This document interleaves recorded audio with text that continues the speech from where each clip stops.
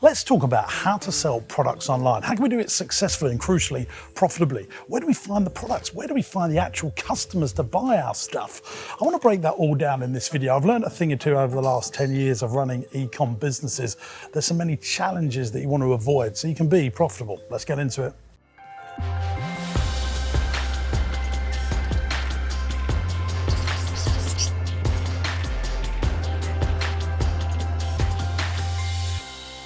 There's some big negatives for entrepreneurs and business owners selling online. Number one, it's a hugely crowded marketplace. There's literally millions of businesses and entrepreneurs trying to compete for the same money that you're going after. And then you've got this option of building your own website, but then you've got to put loads of money into pay-per-click or marketing to actually get people to find your products and services. Or the other option is you could go onto these big marketplaces and become a reseller for someone else's product, making just a small margin. You're just about getting by, then someone else comes in, they want to be on the top of the listing, so they're undercutting you by another 5%, then you're doing it by another 5%, and then you're selling at a loss, and you're just professionally moving money around and probably making a loss. Now, I don't want that for you. And here's the things that I've learned over the last 10 years, the solution to that conundrum so that you don't get into it. Let's look at it. The trick to selling online profitably is understanding there's riches in niches. This is what great business owners and entrepreneurs grasp. So you want to find a niche that's not too big that the big online marketplaces and supermarkets that want to muscle in on that hustle. You want to find a niche like fishing. Millions of people around the world love fishing, but not billions of people. And that's really powerful because then you can become the market leader in that niche and get known for being really good over a period of time. Now, there's specialist sports. You don't go for soccer, football and rugby and tennis. You go for a section of the martial arts marketplace where you can become the brand leader, where there's enough people doing it. You don't want tens and hundreds, you want hundreds of thousands of people doing it. And that's what I did in my business. And that's how I built up a successful, profitable online business. Before we go into more detail, I just want to tell you how I got into this idea of selling riches in niches. Well, a few years ago, 10 years ago, in fact, I had a brush with retail selling online. I created my own party website and I was buying party plates, party cups from manufacturers, putting it on my website with a margin and trying to sell it on the web. But the problem was everyone was doing that and I was competing with everyone else doing the same as me. And it was a race to the bottom. And I just thought, why don't I manufacture my own party products? Now, I do that now, but first of all, I started with children's activities because this is a better niche. The party plate thing was much more commoditized, competing with much bigger people. So I wanted to do niches first of all.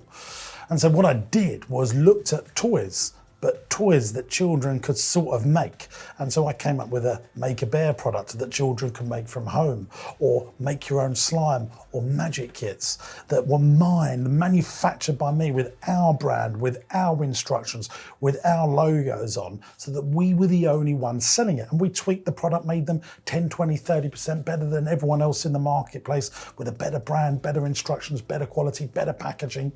And that was the real aha moment for us because it was ours.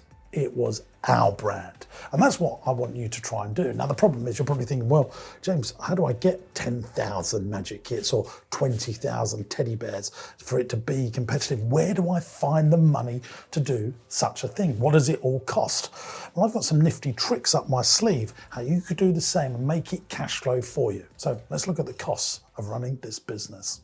The lovely people at Amex have created the Business Trends and Insights Hub for entrepreneurs and business owners. It's packed with invaluable guidance on running successful businesses, and they've come up with a whole article on how to set up an e-commerce store effectively. So go and check that out via the link in the description. Let's get into the costs of running the business. So when you've got one of these businesses where you're creating your own product, obviously you've got to have cash for stock. You know, I'm standing in my warehouse right now. We stand on a couple of £1 million worth of stock at any one time, and that increases every year as the business grows. Then you need a place to put it all. Don't just have one warehouse. We've got 3 separate warehouses now. You're gonna need teams and staff to be able to pick and pack your products and do all the marketing. If you're gonna do that content creation, you need a team to make all the content for you. But then there's the other forms of marketing. Maybe you've got pay-per-click or search engine optimization, or maybe you're going to do offline marketing to get people online. I do a lot of that. I create catalogs and leaflets. I might do affiliate marketing as well. I might even do social media paid for advertising as well as search engine pay-per-clicks. There's a lot of marketing that goes into getting people to your website. You can't just build a website and hope people will come. You've got to build a website and market to the marketplace so that they come. And then you've got shipping and postage, and this is something that cannot be forgotten. Posting product costs a lot of money, and getting product from other countries also costs a lot of money. Those shipping containers aren't free, my friends, and I'm buying from multiple countries: Turkey, Taiwan, India, China. They're all coming in to our warehouse, and that needs to be managed, and you need to be able to cash flow all of that. And then you're going to need nifty software. If you are sending out lots of product, you need to know if you need to use couriers or postal service, what's going to save you all the money, and you have clever software systems that can work you out how to save money, and then plugins on your website to make the user experience better so that they can buy more from you. A lot of the stuff that I'm doing on my website right now is personalization. That's another niche, and I've got all these plugins for personalization so that people choose to buy from us rather than those big supermarkets and marketplaces that we spoke to earlier. All of that comes at a cost. But the one that I really want to focus on, the biggest challenge, is stock. Because if you're getting all the sales in, you can afford to cash flow all this. But how do you cash flow stock? Typically, if you're going to bring in 20,000 teddy bears from another country, you've got to pay for a deposit for that to be manufactured and then wait 3 months for it to get here, and you've got to pay those tens of thousands of pounds out. How did I overcome that hurdle? Because I didn't start with bundles of money and big bank loans, because when you start out, it's not always there. You'll become a great salesperson and marketing person to get your initial sales in. Let me explain that to you, just how I came over that conundrum. Now, any good sales and marketing person would start with knowing their numbers. What does it actually cost to buy in a product? What is the cost of customer acquisition? That marketing cost really needs to be understood. Now, great companies around the world, when they've got good gross profit, they invest in good customer service. I like to call that customer cuddles. Amazing packaging, brilliant marketing, amazing websites, and all that costs a lot of money. You need a lot of team members to help make that all happen.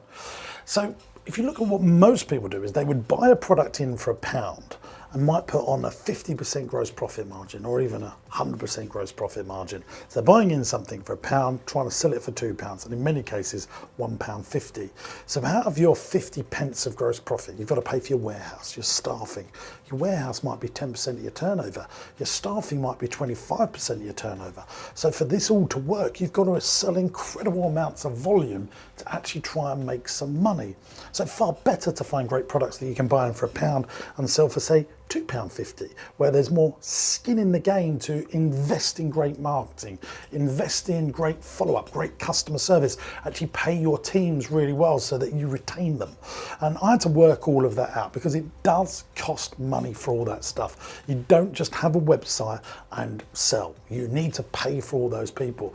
In many ways, if you're opening a traditional brick and mortar store, you would staff it with people to do the window displays, people to look after the shop and do all of that stuff. You need all of that stuff for your online website as well, just like it was a physical store. So once you understand all that, how are you going to pay for all this inventory for making this all tick? Where are you going to get the tens of thousands of pounds for your manufactured product? Well, here's what I did. So where did I get all the money from to pay for all this inventory when I started out? Especially when you think about it, if you set up a website, you're on a marketplace, you might only sell 1 or 2 things a day. It takes time to build up the momentum. And when you're manufacturing, you need to buy in such big volume to get the best cost prices, to get the shipping rates down, to get the marketing rates down. All of that stuff comes into play. So here's what I did. I built a wholesale business on the back of the lust to have a direct-to-consumer business. And what I did was I went to toy shops and I went to big visitor attractions, people that I knew that could take volume of my product.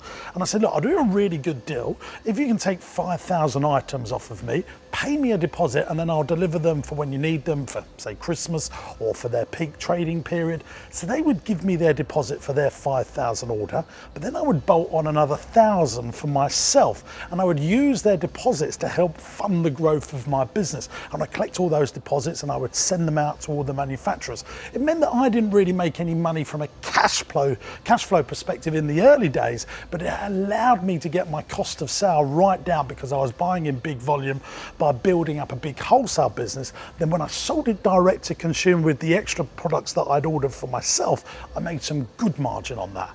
And that's just how I built an ecosystem to make online selling really work for me. And hopefully you can take some top tips from this video, swipe and deploy them into your business. Now I'm going to be making some great new videos here on the Amex channel, so stick around, make sure you like and subscribe, and I'll see you in the next one. Bye-bye.